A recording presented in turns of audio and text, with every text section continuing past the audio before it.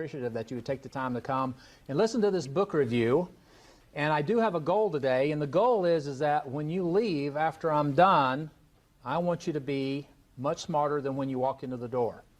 But this is a book review, and any time that I give a speech and I get in front of the audience, I always start off the same way, and that is that before I get into my comments, I want to do a disclaimer.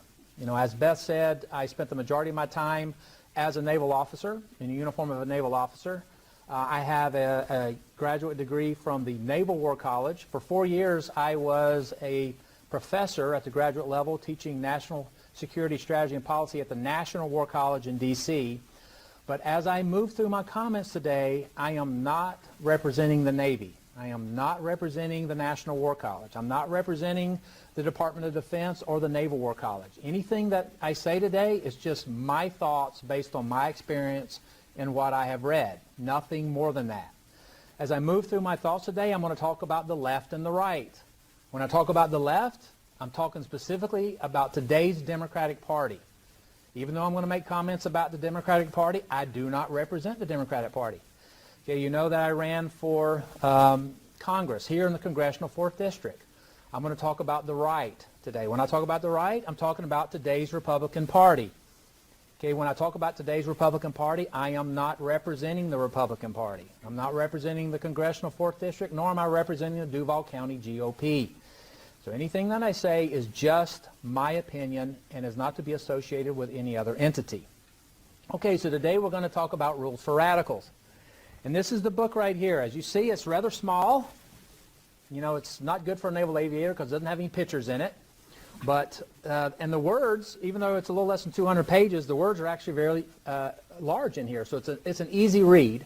I would encourage you to buy it. You can get it on Amazon and read it for yourself.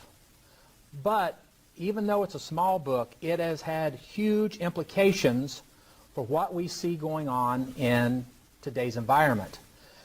Now, I'd heard Alinsky and I had heard Rules for Radicals occasionally, but I didn't really know anything about it. It wasn't until 2009. Susan and I lived in Washington, D.C. We lived in Fairfax Station. My kids went to school there in Fairfax County. And I was just beginning to educate myself about this book and who Alinsky was and what his thoughts, the impact that it had on our political discourse. And I was doing that in my 40s. And then I go to a teacher conference, there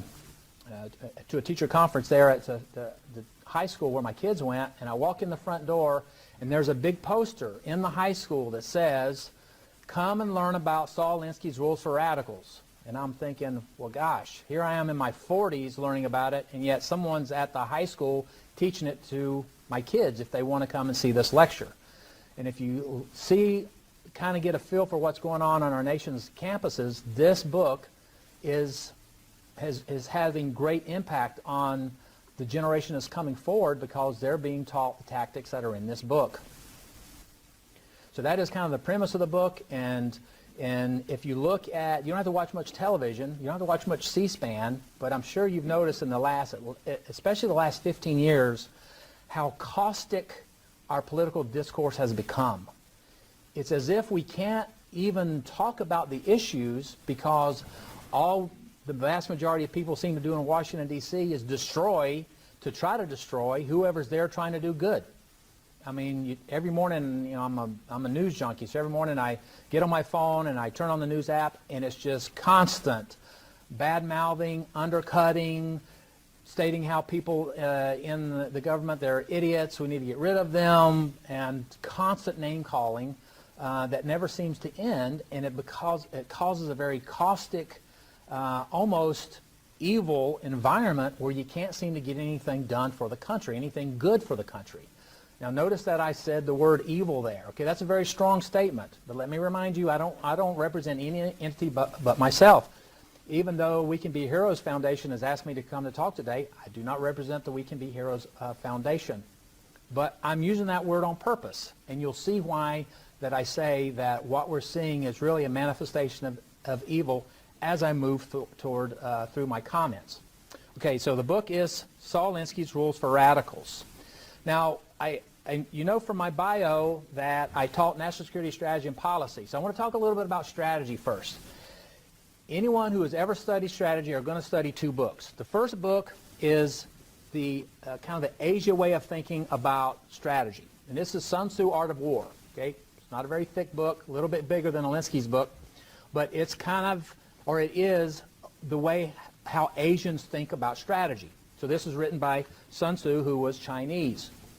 And the axiom that you're going to take away from when you study his tactics is he says, if you know the enemy and you know yourself, you have no fear of the result of 100 battles. If you know yourself but not the enemy, for every victory gained, you will suffer defeat. And if you know neither the enemy nor yourself, you will succumb in every battle. So what he's saying there is that if you know yourself, you can be successful 50% of the time. And if you know your enemy, you can win 50% of the time. And if you don't know yourself or your enemy, you're going to lose every time. And the issues that I see with people from the right is they don't really understand where the left is coming from, and it's because we don't understand this book. Because as Christians, we have a Bible, right? And I'm telling you, this book that I'm talking about is the Bible of the left. So that's what Sun Tzu says. Okay, there's a second person that, when we talk about strategy, that every person who's ever studied strategy has read. And his name is Karl von Clausewitz. Now, this is the European way of thinking, okay? Now, you'll notice that there's a big difference between Clausewitz and Sun Tzu. The only thing they have in common is there's no pictures in either book.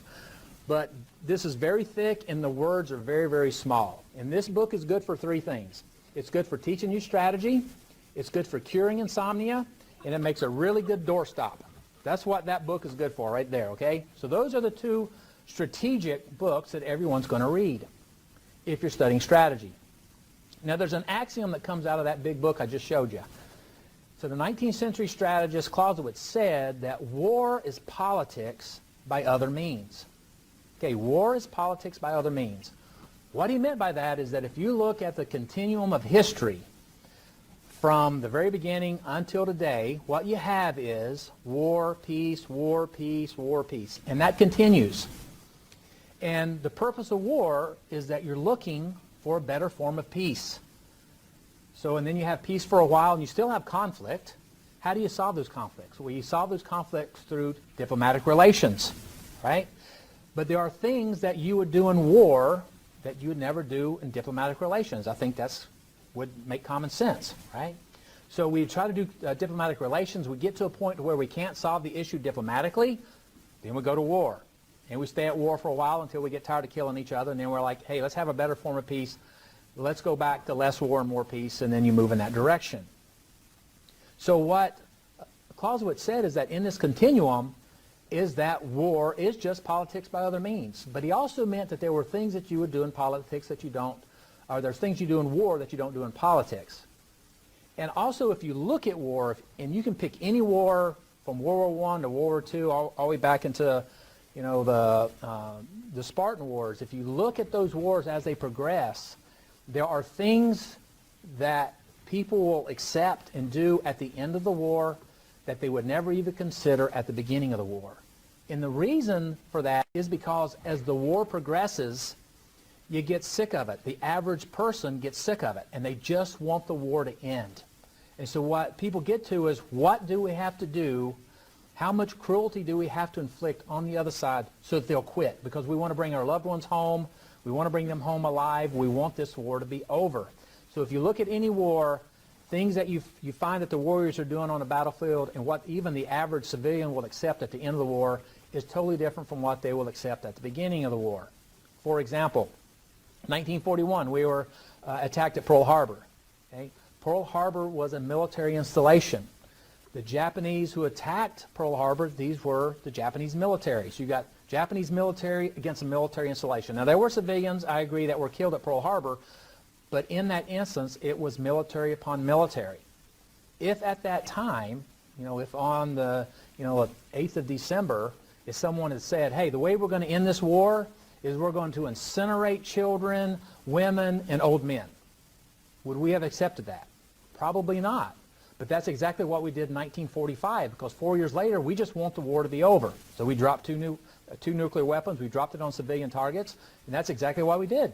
We incinerated little kids, women, and old people, and the public accepted that because at that point they were thinking, just want to get the war over. And the thought I want to put in your head is that at that point, the ends justify the means. Because the end is, let's just get the war over, and if we have to do really ugly things, we're willing to accept that because we want to get back to peace. Okay, so Clausewitz said war is politics by other means. The 20th century strategist Alinsky says politics is war by other means. He takes what Clausewitz says and he turns it on its head. And what Alinsky said by politics is war by other means is that where Clausewitz said there's things that you do in war that you would never do in politics, Alinsky says, you know what, the things that you do in war, it's okay to do it in politics. And if you have to destroy someone, even if that person is very good, so what? You do it because you want to win your political campaign or whatever campaign that you're trying to achieve. So Clausewitz was all about kind of toning things down, and Alinsky was all about ramping things up. Okay, this is Mr. Alinsky. This is him in Chicago. He actually was quite a family man. He was married 3 different times. His first wife died in the late 40s, accidental drowning, and his second wife he's married to for quite some time, but she ended up having mental issues, and he had to put her in a hospital, and then he elected to divorce her, even though he took care of her to the very end. And then his last wife, he married a year prior to him dying in 1972. He had 2 kids, one of them a son named David, and I'm going to pull up a quote from his son a little later in the presentation. Okay, so he was born in 1909. He was Russian. His parents were Russian Jewish immigrants. Okay, his parents were good Jews. They had a son named Saul. You know, that's a very biblical name. And they wanted Saul to be a rabbi. So his parents wanted him to be a rabbi, but he decided at a young age that he wanted to be a radical instead. And the research that I have done, apparently it was right around the age of 12. Now, I'm not sure how at the age of 12 you decide that you want to be a radical and that's what you do for the rest of your life, but that's what he decided, and he was actually very good at it. He attended the University of Chicago, where he got a graduate degree in criminology. Okay, he, in doing his studies on criminology, became very good friends with the Chicago Mafia, the Mafia of the 30s. They knew him. He used to tell the mafiosos, hey, you're the professor and I'm the student. I'm just going to learn from you. And they accepted him, brought him in. And a lot of the tactics that we're going to talk about in his book, he actually learned from the mob. He published 2 books. His first book was in 1946. It's called Reveille for Radicals. Okay, the biggest thing we want to learn from that particular book is he really lays out his socialist viewpoints. Okay, he was not a fan of capitalism. Okay, notice that he was born in 1909. The very first area that he organized was the part of Chicago where Upton Sinclair wrote the book The Jungle. And it's kind of ironic because Upton Sinclair wrote The Jungle in 1909, the same year that Alinsky was born.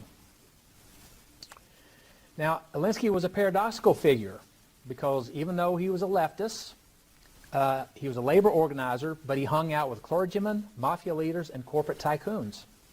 He was Jewish by birth, but atheist by conviction. Didn't believe in heaven or hell, didn't believe in God or Satan.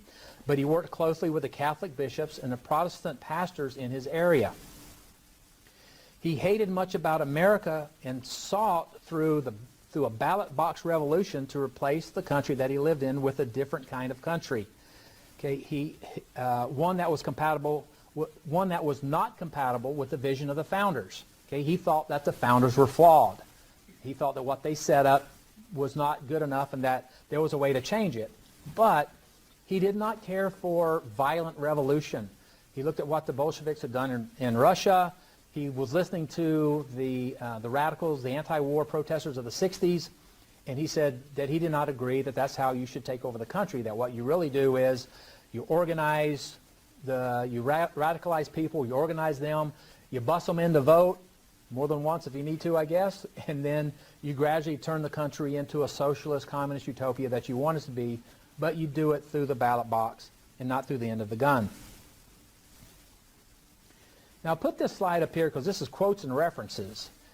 And the purpose of this slide is I don't want you to think that Alinsky is just some kind of left-wing nutcase that's just throwing out statements that don't have any meaning or any research associated with it.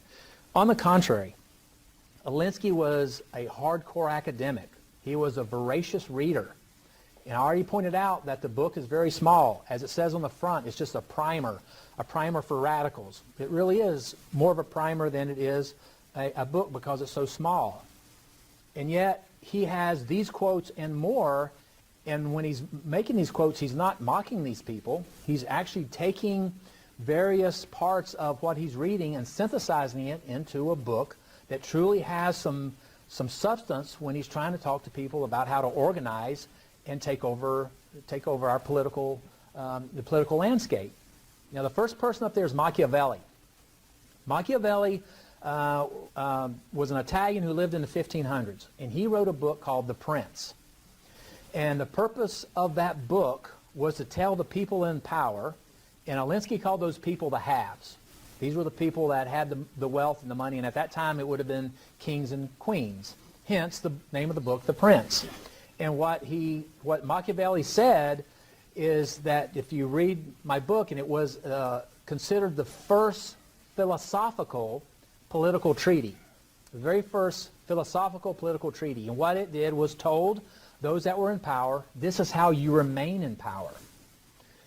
And the takeaway from that book is that he told these people in the 16th century Italy, in the 1500s, that if you have to do something that's immoral to stay in power, that makes it moral. Let me say that to you again. Machiavelli told the people that were in power in Italy in the 1500s that if you have to do something immoral to stay in power, that makes that act moral. And Alinsky took that thought and put it into Rules for Radicals. Now, when he starts his book, he says that Machiavelli wrote The Prince for the haves. These are the people who have all the power and the money. And the reason that he wrote Rules for Radicals is that he was going to show the have-nots. These are the people that don't have any money and don't have any power. These are the people that are we consider the poor, lower-class citizens, the poor. They don't have any power. And so he said, I'm writing Rules for Radicals to show the have-nots how to get power and what to do with it. So with him saying that, you think, well, then when you read the book, that there would be other references to Machiavelli. And actually, there's not. He makes that opening quote about Machiavelli, and he never comes back to it. But the second person is Milton. And Milton wrote a story called Paradise Lost. And the character that he bases his strategy on in Paradise Lost is Satan. Because in Paradise Lost, Satan is trying to organize various groups to support Satan and what he's trying to achieve. And so even though he never really talks that much about Milton and really kind of hangs his hat on Machiavelli as far as the basis for his book, when you read the book, Machiavelli is just one little comment, but the themes of Paradise Lost, specifically the Satan character, is what shines out through the book itself. So he talks about Socrates, Thomas Paine, a lot about Lincoln, Samuel Adams, Pascal, General MacArthur, Alexander Hamilton, Thomas Jefferson, Adam Smith, which are our founding fathers, Napoleon Bonaparte, the Christ, Apostle Paul, Saul of Tarsus, and Moses. Now, can you really see the dichotomy here? Here is someone who is Jewish. So Jewish normally don't read the New Testament. They read the Old Testament. And he's an atheist. So if he's an atheist, he's not going to be reading the Bible, right? He's not going to be talking about theology, especially if you look at the left when they do talk about Christianity. For the most part, they don't know what they're talking about. They don't understand Christianity because they don't take the time to understand it, and they think it's bigoted and hateful and all the other things that they say. But here you have someone who's Jewish, he's reading the New Testament, and on top of that, he's atheist, and he's read the entire Bible. When he's talking about Moses, he's in the book of Deuteronomy. When he's talking about Christ, he's in the book of Luke. And when he's talking about Paul, he's in 1 Corinthians. And again, he's not mocking the Bible. He's actually giving credit where credit's due, and he's pulling out strategic thoughts out of the Bible and then placing it into his book. So again, he's very much an academic, and he takes everything around him, and he doesn't mock anything because he feels like that in everything that he reads, there's at least one point that he can pull out and put in his book, Rules for Radicals. Martin Luther, who started the Reformation. Niels Bohr, who is a physicist. George Bernard Shaw, Gandhi, the Declaration of Independence. Even Alice in Wonderland, he has quotes in there, again, talking about strategy. Thoreau, Edmund Burke, Disraeli, and of course his favorites, Lenin, Mao, Castro, and Stalin, who are all communists. Che Guevara also, and then the nihilist philosopher Nietzsche. And that's not all of them. Again, a very small book, but a lot of references as he's stepping through his thoughts on strategy and how to transform the country. So every book has to have a thesis, right? And he's right off the bat. He tells you what the thesis is of his book. My aim here is to suggest how to organize for power, how to get it and how to use it. If Alinsky was alive today and Beth was to call him and say, hey, we have this conservative group in Jacksonville, would you come and speak to us? He would say, sure, because we already know he hung out with Protestant pastors, he hung out with Catholic bishops. He would talk to anyone as long as you paid him. And if you wanted him to teach you how to organize, he would stand right here where I am standing, and he would tell you everything that I'm getting ready to tell you, but he would actually follow up with you so that you could actually do it. But if he stood here, how he started every one of his speeches is he would look at you and he would say, what do you want? And you might say, well, you know, we want more jobs in Jacksonville, or we want cleaner air, or we want cleaner water, or we want to change City Hall. And he would let you make your statements for a while, and then he would stop and he would yell at you and he would say, no, what you want is power. Because once you get power, then you can do all the other things that you say that you want to do. And then he would say, I'm going to show you how to get power, and then we're going to use it. And once you get the power, then you can do whatever, all these other things that you want to do. Because he felt like that when people say, I want jobs for the minority jobs, or I want cleaner water, he just thought that was foolish, that you were never going to get there because you're not going to get there without power. And he's going to show the have-nots how to get power. He also said we must first see the world as it is and not as we would like it to be. Now, I find this comment interesting because when I taught strategy at the National War College, we used to tell the students this all the time. If you're going to lay out strategy, a national and international strategy, you got to see the world as it actually is and not some pie in the sky the way that you'd like it to be.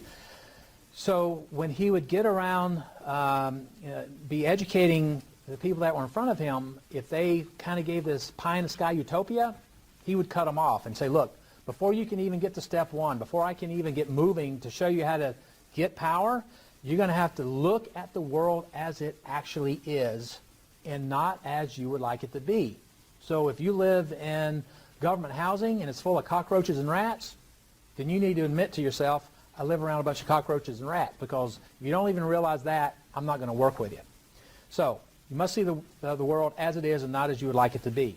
Now, you said there was three groups. The haves, Machiavelli, the prince, the haves. These are the people that already have power. These are the Trumps, the Obamas, the Clintons, the Jeff Bezos, who owns Amazon, Bill Gates, who owns Microsoft. Those are the haves. A lot of money, a lot of power, but not a lot of them. Okay, then you have the have-nots. These are what we would consider the downtrodden, the poor. They don't have any money, they don't have any influence, but there's a lot of them. And then the third group is the have a little, want mores. Okay? The have a little, want mores, that's the middle class. That would be us. Okay? And what he said is that in the middle class, and the middle class, they could be Mormons, they could be Presbyterians, they could be Baptists, but they could be atheists. But what all middle class people have in common is they just want to take care of their family. They want to have a job. They want to go hunting on Saturday, they want to go to church on Sunday, they want to have a job on Monday. They just want to take care of their families. Maybe buy a new car once every 10 years, go on a vacation every now and again. Okay? That is what the middle class wants. They're not looking to change the world. They may be just looking to change their community. And so Alinsky looked at the middle class and said, that is where the power lies. Now what's fascinating is he looked at the middle class and said, hey, that's where the power lies. And he said the reason that the middle class is so powerful is because they're basically good. Because they're basically just wanting to take care of their families and their communities.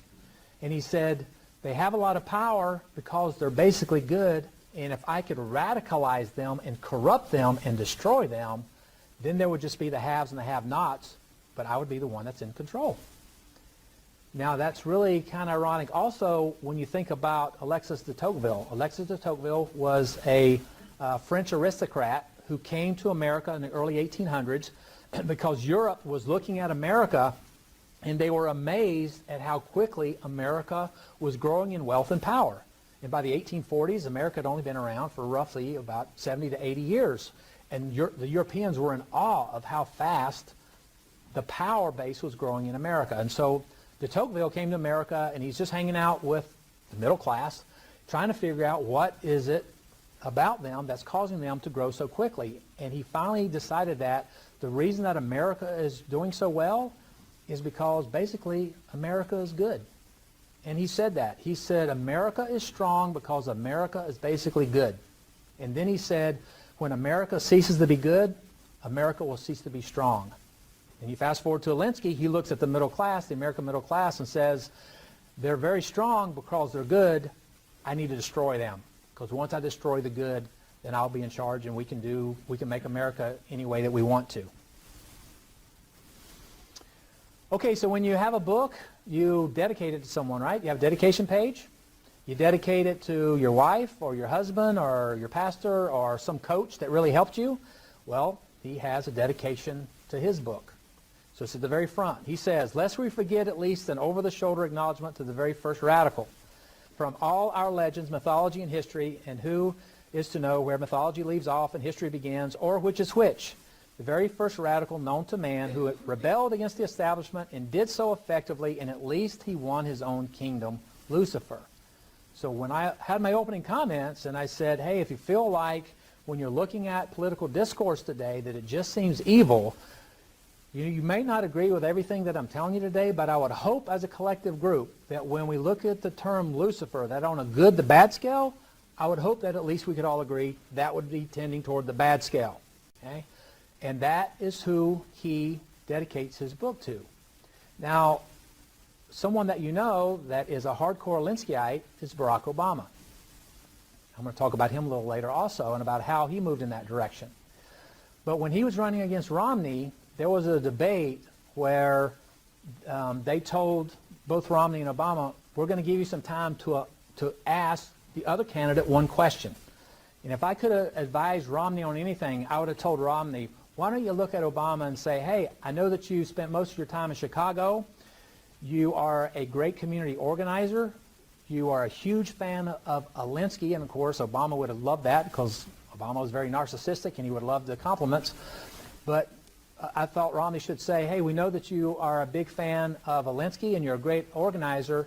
I want you to look in the camera and tell American people why you support a book that was dedicated to Satan. And just be quiet and see what he would say. Because then he would have to defend to the American people, yeah, I'm an Alinskyite. Oh, by the way, it was dedicated to Satan, and now I want to be your president. So explain yourself. That would have been advice if I could give any to Romney on this issue of Obama being an Alinskyite and the fact that the book is dedicated to Lucifer. So Satan's model is not the prince, and Satan's model is, or Alinsky's model is not Machiavelli. Satan's model is actually Alinsky's model is actually Satan's model. 4 steps: polarization, demonization, organization, and then deception. You lie as much as you need to accomplish whatever you need to accomplish. Okay? Polarization, demonization, organization, and deception. Now do you know why they want to be community organizers? Of means and ends. You do whatever it takes to win.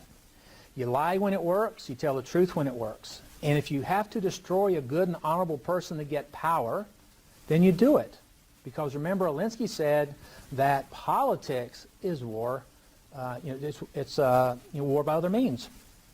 And you don't have to be nice because now we're going to really weaponize politics. Now, what about destroying good and honorable person? The individual that comes to mind is General Flynn. Now, here was a guy who did everything he could for the country. I mean, the guy was a 2-star general. He spoke truth to power. Okay? He served honorably. How did his country treat him? Destroyed him. Bankrupted him. He had to sell his house. You don't even hear anything out of him anymore because I think he's trying to put his life back together. He got in the way. Now, the ironic thing about that is he's a registered Democrat. He's a registered Democrat, and yet the Democrats destroyed him. Only because he got in their way, and the means, the ends always justify the means. And if you have to destroy a 2-star general, so what? He's in the way, and he should learn not to be there. Okay? Author Henry James said that life, in fact, is a battle. Evil is insolent and strong. Goodness very apt to be weak. Wickedness carries the day. Imbeciles tend to be in great places, and people of sense in small. I think there's a lot of truth to that. Okay, so evil tends to be very strong. Goodness tends to be weak. Wickedness tends to carry the day. All you got to do is read any newspaper, and you see a lot of that. And certainly, I think we'll agree that we have quite a lot of imbeciles that seem to be in very great places making decisions about us, and people of sense tend to have just small places. Okay. So in 1969, a Wellesley undergrad submitted a 92-page senior thesis on Alinsky's theories. Okay, he was interviewed for the paper. The student compared Alinsky to Walt Whitman and Martin Luther King. And the title of the paper, There's Only the Fight, an Analysis of the Alinsky Model, which I'm pretty impressed that it was 92 pages long considering how little this book was. And it's little less than 200, but like I said, the pages are small and the words are big, so apparently she had a lot of thoughts about the Alinsky model, and you probably know who I'm talking about. It's a pretty young Hillary Clinton, isn't it? Yeah, so it was Hillary Clinton. So she knew Alinsky personally, and I've often thought that if you really wanted to see her to have a meltdown, Obama was too young to know Alinsky personally, because Obama's my age. So when Alinsky died in '72, Obama would have only been 9 years old. But she was old enough to know him personally.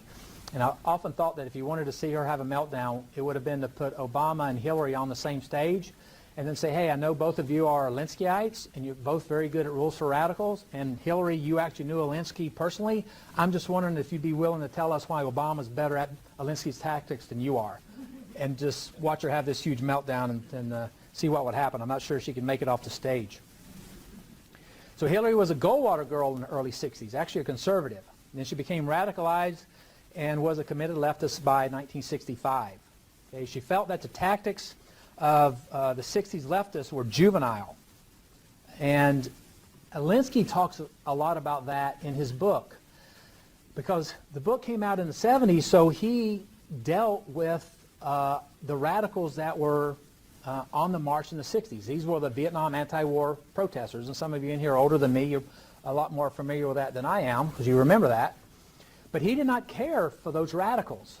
As Reagan described them, he said, I don't care for the 60s radicals because they look like Tarzan, they walk like Jane, and they smell like Cheetah.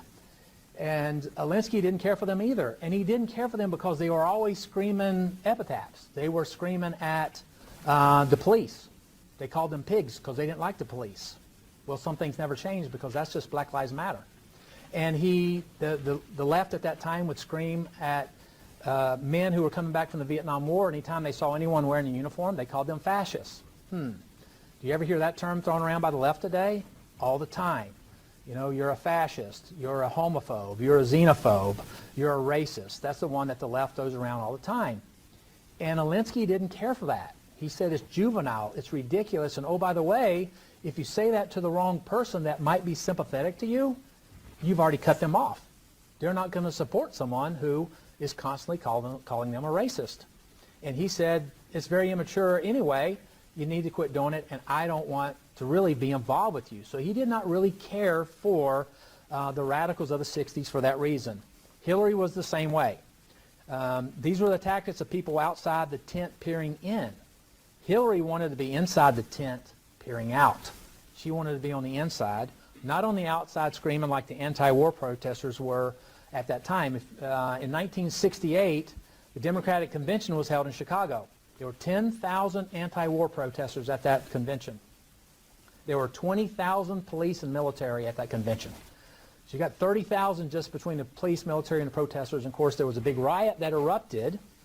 But because of what the middle class was seeing on television, they really moved away from the Democratic Party. And the Republican Party won in '68, and then they won again in 1972. And Alinsky credited that to the fact that the left, the radicalized left, all they did was run around screaming racist things at people, or name-calling people, and it just turned them off, and that's why he didn't like it. Okay, so Hillary had met Alinsky while in high school, but renewed her association with him in college, inviting him to come and speak at Wellesley. So when Hillary graduated, Alinsky actually offered her a job, but she declined to go to law school instead. So here's Barack Obama. So there's two Alinskyites, and we almost had them back to back. If you read any of Dinesh D'Souza's book, he talks about this. And I had actually made this statement also. In one of his books, he says, if we had had 8 years of Obama and then 8 years of Hillary, he didn't feel like we could ever turn our country around, because we would have had 16 years of the Alinsky tactics transforming, as he said, we're 5 days away from fundamentally transforming the nation. That's what he was talking about, the revolution at the ballot box to move it away from freedom and toward a communist utopia. Now, the first time that I saw this image, I saw it on the news, and the newscasters was all abuzz about how Obama was a constitutional authority, and that here he is teaching the Constitution. And yet, if you pull that up, upper left-hand corner, it's power analysis, and then relationships built on self-interest. That's straight out of Saul Alinsky's book. He's teaching community organizing there. He's not teaching the Constitution. He had great disdain for the Constitution. So not the Constitution, community organizing. Okay? So how well known are these tactics? Well, I'm trying to teach you today to look out for them, but those on the left who knew these tactics were seeing them right away. I told you that Alinsky had a son. His name was David.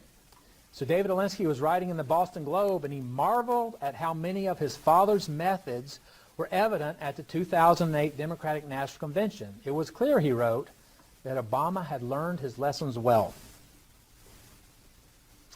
So you remember what the theme was for Obama's campaign? Hope and change. Right? You probably thought that he came up with that. This is page 103 from the book. Organizer's job is to inseminate an invitation for himself, to agitate, to introduce ideas, to get people pregnant with hope and a desire for change, and identify you as a person most qualified for that purpose.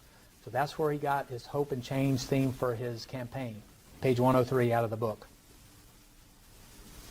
Now, I'll put this slide in here for a reason, because Alinsky was very confident in his ability to organize. And like I said, he didn't care for capitalists or capitalism, even though he did work with CEOs and owners of large businesses.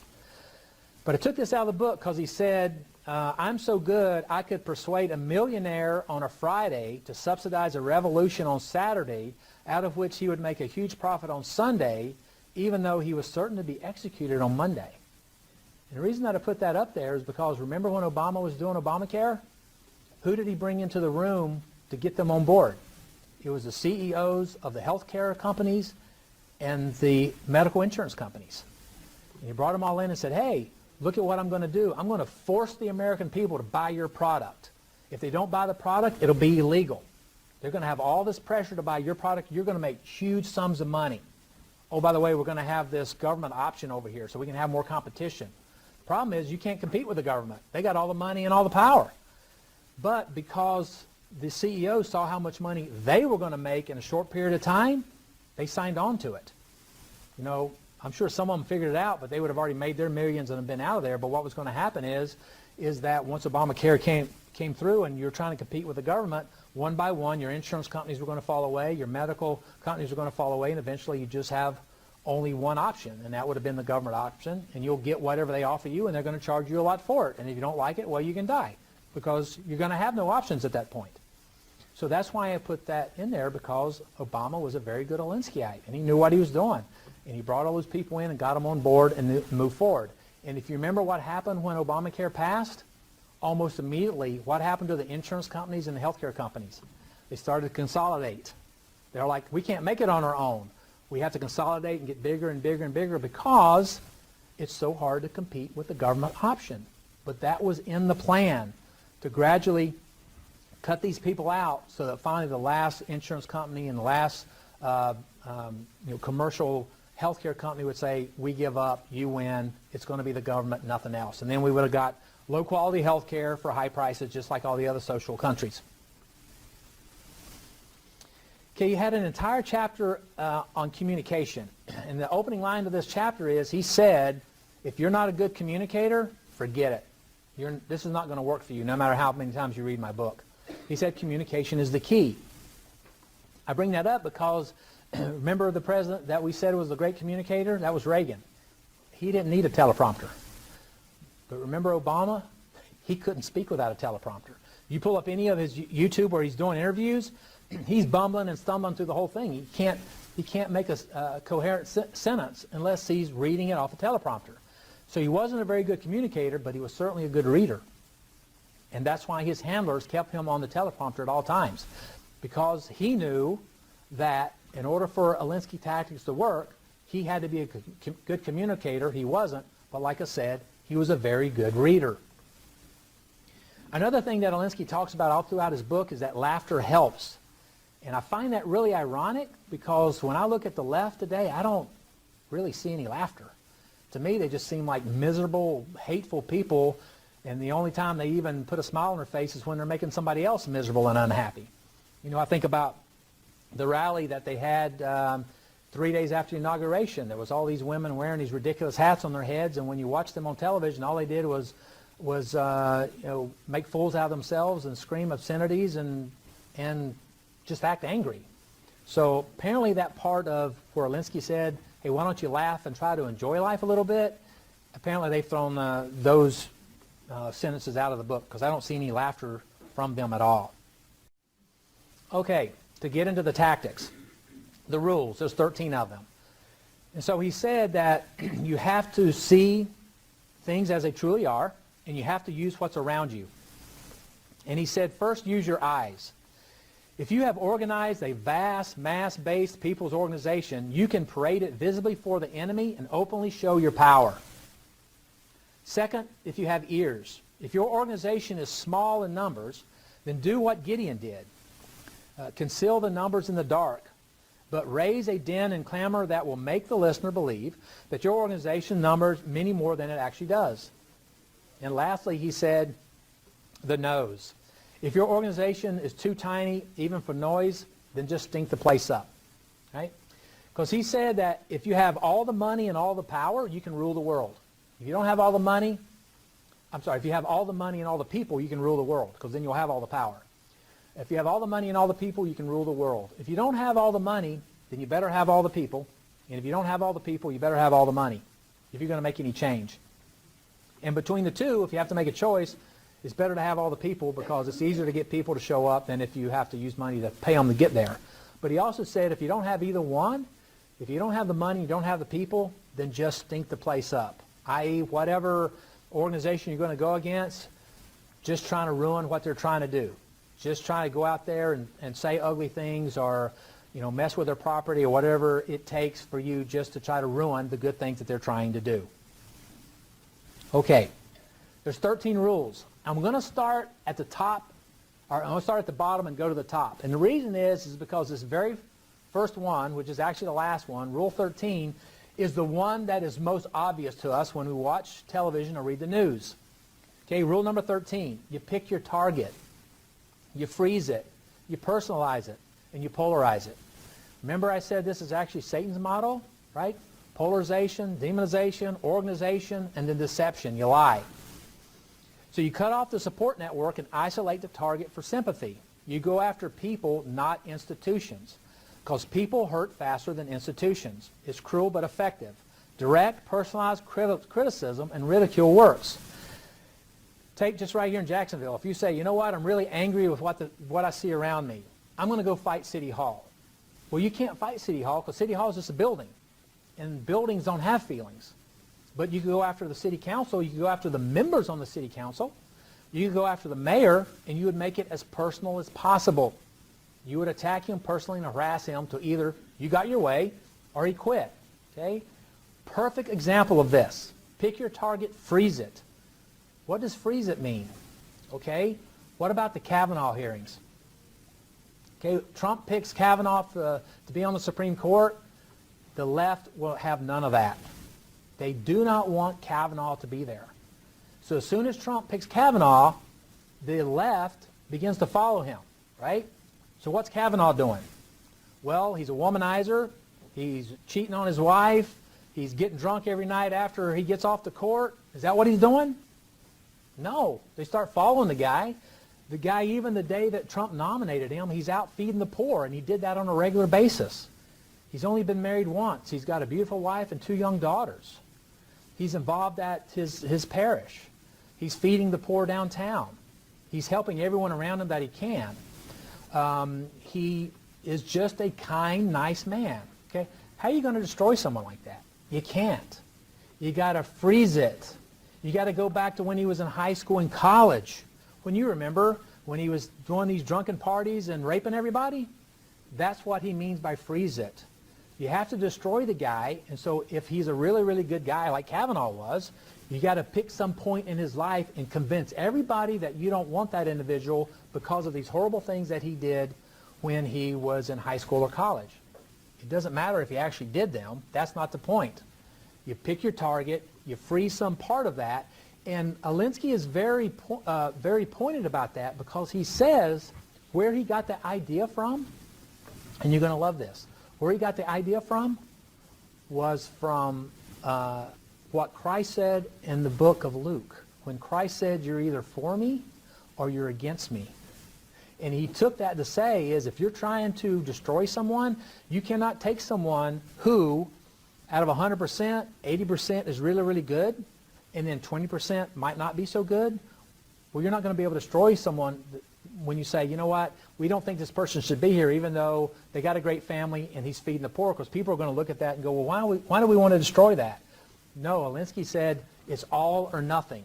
And therefore you have to make people look away from the 80% that's good, just focus on the 20% that's bad, even if you have to lie about it, because that's the only way you're going to destroy someone. You pick your target, you freeze it, you make it very personal, and then you polarize it. Kavanaugh was the perfect example of this tactic, because that's exactly what they did to Kavanaugh. Okay, and you polarize it. And oh, by the way, remember, your ends justify your means, because politics is war by other means. So if you can't take down the individual, you go after their wife, or their husband, or their children. And if you destroy a young child in the way, so what? Shouldn't have been in the way. Think about, who was the individual that ran for president? He worked for the pizza company. Herman Cain. Remember when Herman Cain ran for president? I mean, here you've got a black man that's running for president. You'd seem people would want to, vote for that individual. But yet, they kind of started going after him, but it was actually his wife that said, hey, look, I think I want you to back out, because they started attacking her. And so there's no rules for them because, like I said, they're after they look at what Machiavelli said, where if you have to do something immoral, once you succeed, it makes your immoral act moral. Okay, rule number 12. The price of a successful attack is a constructive alternative. You cannot risk being trapped by the enemy in his sudden agreement with your demand. You don't want to actually solve the problems. What you want is power and a seat at the table. Example, let's say that what you say that you want is more minority jobs at Walmart. So you organize a group, you go to the CEO of Walmart, and you got the media there, and you get in the CEO's face, and you say, what we want is more minority manager jobs at Walmart. And the CEO says, how many do you want?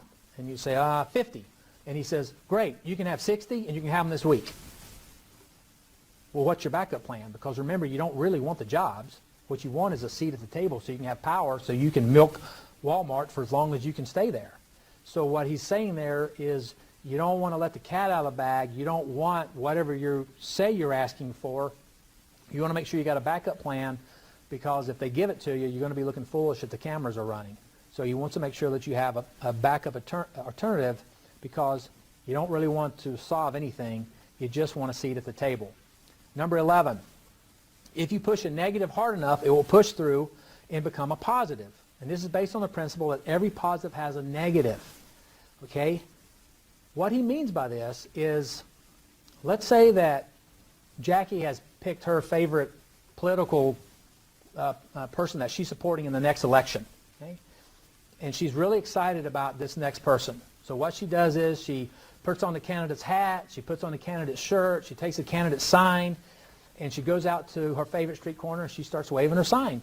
She's just happy Jackie doing what she does to get her candidate elected. I don't like that because I'm an Alinskyite.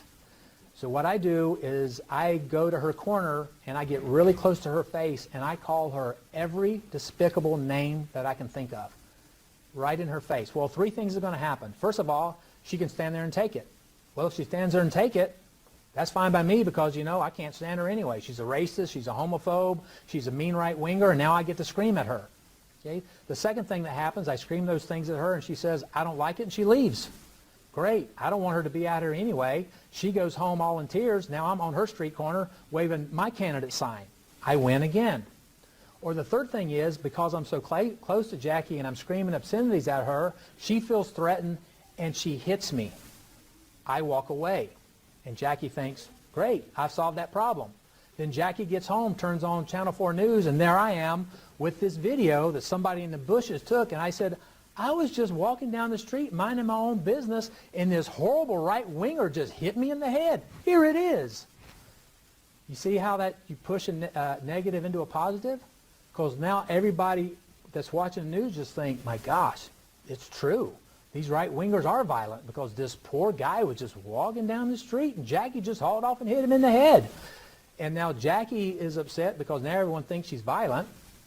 And now the candidate's looking at that going, hey, I don't know who that Jackie woman is, but I don't want her campaigning for me anymore because apparently she's hitting people. And you saw that in the Trump campaign. And I used to just, I guess, chuckle to myself because if you remember, the cameras would be at the Trump campaign. And they would always say, Trump is inciting violence at his campaigns. And then it would be some radical left-winger acting like a moron at Trump's rally. And I would look at that and go, wait a minute. If Trump is inciting violence, they would be at Hillary's rally, not at his rally. They would be at Hillary's rally. Well, that's assuming that anyone showed up at Hillary's rally. But you get my point. You know, if the violence is against Hillary, then they would be at Hillary's rally, not at Trump's rally. Everybody at Trump's rally loved Trump except the radical, violent left. The major premise for tactics, and this is rule number 10, is a development of operations that will maintain constant pressure on the opposition.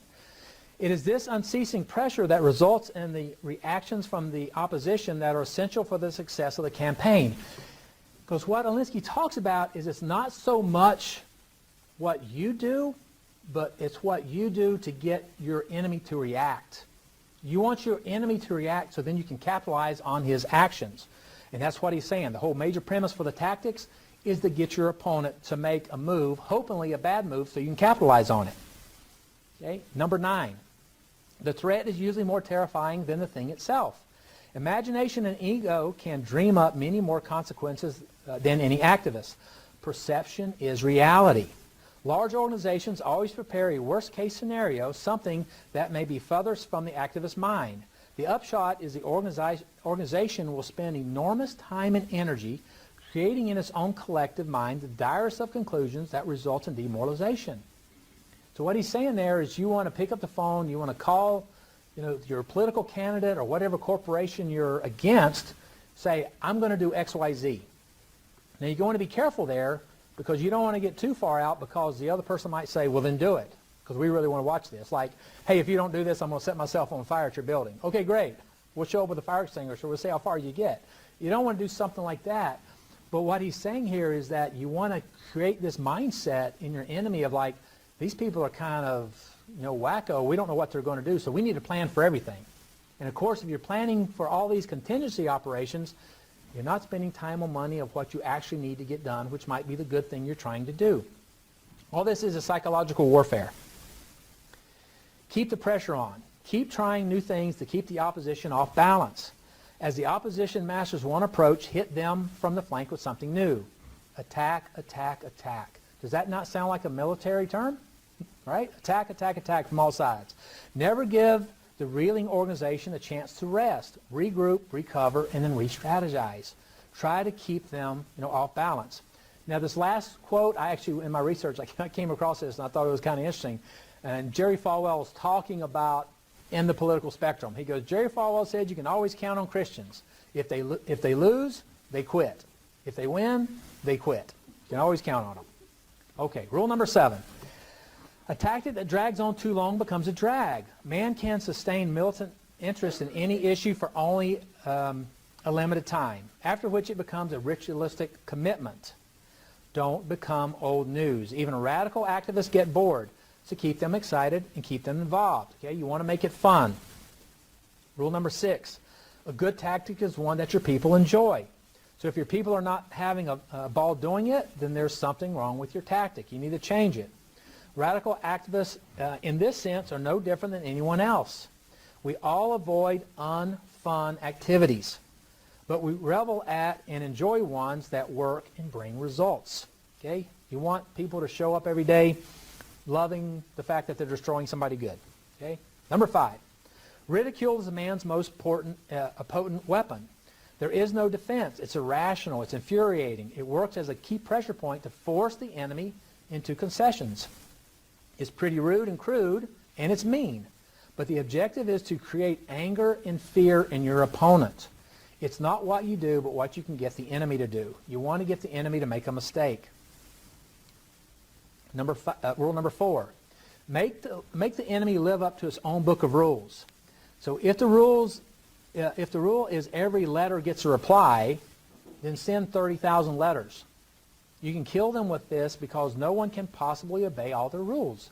The besieged entity's credibility and reputation are at stake because if the activists catch you lying or not living up to the commitments, then they can constantly chip away to create further damage. So you want to be careful because if you got rules out there that you can't obey, and Alinsky said that every organization has rules that they can't obey. So what the radical needs to do is make sure they take a good look at the corporations or the campaign's rules, and then, like he says, if they say, we promise to answer every letter that's mailed to our office, great. We're going to mail 30,000 letters, and then we're going to get in front of the news and say, well, we mailed you a letter. You didn't answer it. Clearly you're a liar, and no one should support you. Okay, rule number 3. Whenever possible, go outside the expertise of the enemy. Look for ways to increase insecurity, anxiety, and uncertainty. This happens all the time. Watch how organizations and people under attack are blindsided by seemingly irrelevant arguments that are then forced to address, i.e. gotcha questions. Now, here's where I am constantly amused by President Trump, because I have no way of knowing that he's ever read this book. I'm going to say that he probably hasn't, but a lot of things that he does is just a gut feeling for him. It's just instinctive. So in the 2.5 years that he's been president, I think he's only done maybe 3 or 4, there's only been 3 or 4 times where he's told the press ahead of time that he's going to speak to them and allow questions. Okay? So that means that they have a chance to kind of get together and gang up on him. Right? Almost all of his dealings with the media, it's kind of on the go. It's like when he's going out to Marine One, and he'll stop and start taking questions from the media. Well, that's because it makes the media, now they've got to think on their feet, and oh, by the way, he's very comfortable in that because now he's deciding when he wants to engage with the media. And if you watch him, and the media does this all the time, like it can be some question about North Korea. So there'll be 3 or 4 questions about North Korea, and then there'll just be some asinine question that is absolutely ridiculous, and they do that on purpose because of rule number 3. You want to put that individual in circumstances that they're not comfortable with. And yet every time they do that to Trump, again, I have to laugh every time I watch him because he'll get the question and he'll look at the individual and go, that's really a stupid question. You're an idiot. Who do you work for? Oh, that group, of course, the fake news media. Has anyone ever told you you're an idiot? Why would you ask such a stupid question? And then he's berating them because it's live, because they always go live to the president. They can't cut that out. And he's berating these individuals. Well, what do you say to anyone, much less the president, when you ask a stupid question being very sacrosanct, like you're asking this so important question, and you're only doing it to embarrass the other person, and then they look at you and go, you're an idiot. Why would you ask such a question? I love the president when he does that because he totally cuts them off, and then they don't know where to go from that. Have you ever noticed they don't tend to ask another stupid question unless you're Jim Acosta, and he seems to be eating up with the stupid question thing, so he can't get away from it. Okay, number 2. But never go outside the expertise of your people. It results in confusion, fear, and retreat. Feeling secure adds to the backbone of anyone. Organizations under attack wonder why radicals don't address the real issues. And you already know the answers, because they don't want to solve those issues. What they want is to have a seat at the table so they can have power. So they avoid things of which they have no knowledge of, which is the issues that they say that they really want to solve. And the number one rule is power is not only what you have, but what the enemy thinks you have. Power is derived from two main sources, money and people. Have-nots must build power from flesh and blood. If you have all the money and all the people, you can rule the world. If you don't have all the money, you better have all the people. And if you don't have all the people, you better have all the money. And like I said, if you don't have either, then you just stink the place up. You just try to create mayhem so that you can stop whatever good is trying to be done. So those are the 13 rules to be a radical. Okay, so how did we get here? Because if you look at, Truman. Truman was, I think, was a very, very good president. Look at John F. Kennedy. He was a very, very good president. There's no way that Truman and Kennedy could belong to the Democratic Party of today. So how did the party get so far away from really the foundings of our country? Well, I'm going to answer that question. The communists ran a presidential candidate every year starting in 1948, but they got nowhere. Of course, we're a capitalist country. We're based in liberty. We're based in freedom. Okay? We don't want the communist utopia like North Korea and Russia and Cuba. We want what we have now. So they had to change their name to progressives. Now I'm going to make another bold statement here. Am I saying that progressives are communists? Yeah, I am. And if you don't believe me, I dare you to do this. Go to the Democratic National website, pull up their website, and write down the first 10 things that you say that they stand for. Write down the first 10 things that they say they want to impose on the country. Then go to Communist Party USA, CPUSA. When you pull it up, lots of red on that website. Pull up that website and write the 10 things down that Communist Party USA say that they want for this country. Compare the two and give me a call and tell me how many of them are different. Because if I'm telling you to do it, I've already done it myself. In fact, when I was at National, I had a friend of mine. He was he was a great guy. He used to tell me he was very smart because even though he was from California, his wife was from Jacksonville. So I said, hey, you got to be smart. You got a Jacksonville girl. But he was a hardcore progressive Democrat. And I was on the CPUS website kind of looking, and he comes into my office, and he sits down in front of me. And I said, hey, I just want to ask you a question. Do you believe such and such? And he goes, I sure do. And I go, do you believe that we should do such and such? He's like, yeah. I said, how about this? He goes, yeah. He goes, are you on the Democratic National website? And I flipped my computer screen around and said, no, I'm on the Communist Party USA. Is this what you believe? He got up and left my office. So that kind of proved my point right there. Okay, a great guy, just kind of on the wrong side, in my opinion. Okay, so the radicals were, back up one here. Okay, so they changed the name to progressives. The last Democrat, actual Democrat presidential candidate was George McGovern in 1972. Already pointed out that in 1968, you got 30,000 police and military at the 68 Democratic Convention in Chicago. You got 10,000 radicals, and they had this big confrontation. Middle class looked at that and said, we don't want anything to do with it, so the Republicans win. 1972, kind of the same thing. The radicals are still out there screaming and yelling, and they're getting nowhere, and that really frustrates them. So the last actual Democrat presidential candidate would have been George McGovern in 1972. So the radicals are frustrated, and they go to Alinsky for help. And this is what he tells them. He told the radicals, quit standing outside of the Democratic National Convention and yelling at the delegates. He told them, cut your hair, take a bath, put on deodorant, put on a suit, and become the DNC delegates. Now you know why the Democratic Party has moved so far left. Because now instead of screaming and yelling outside, they've moved inside to co-opt the Democratic Party because, according to Saul Alinsky, that's where the real power is anyway. You know this guy? This is Van Jones. He's a very handsome guy, I think. He's a snappy dresser. If you ever see him on television, the guy has really nice suits. He looks like a nice guy. He's already been in prison, got a prison record, okay? But he doesn't even hide it. When he's on CNN, he'll tell you, I'm Van Jones. I'm a communist.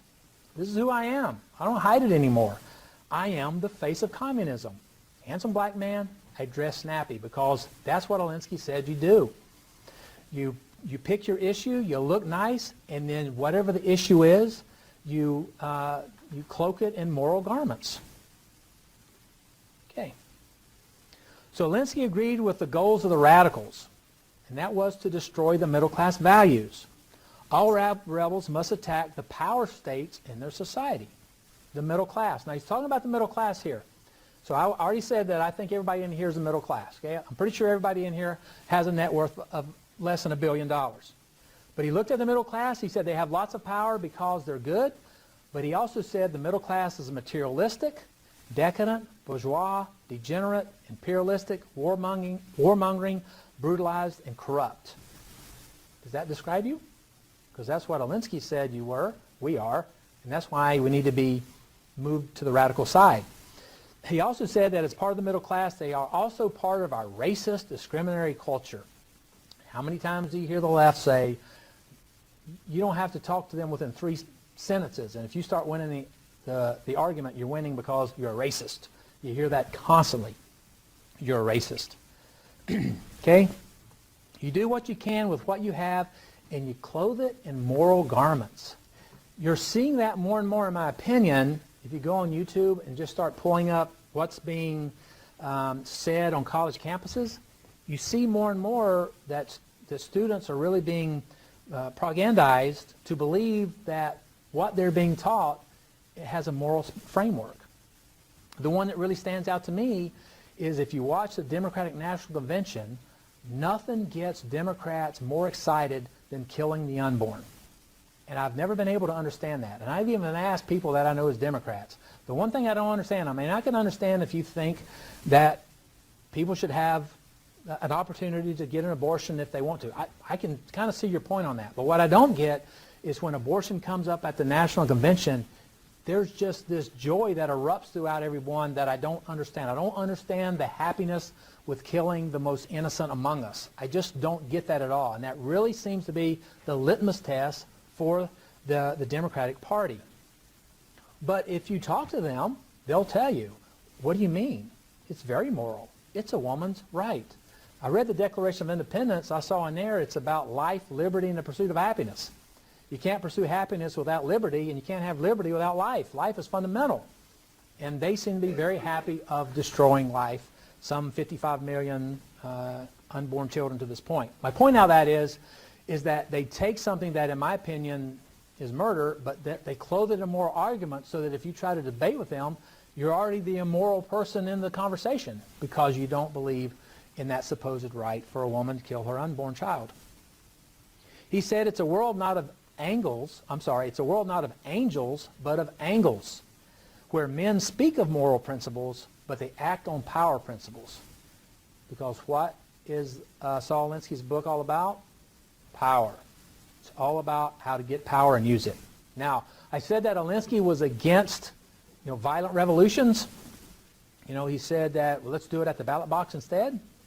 But he also liked Lenin's writings, and he said, this is Lenin speaking here. He said, they have the guns, and therefore we are at peace and for reformation through the ballot. Okay? But when we have the guns, then it'll be through the bullet.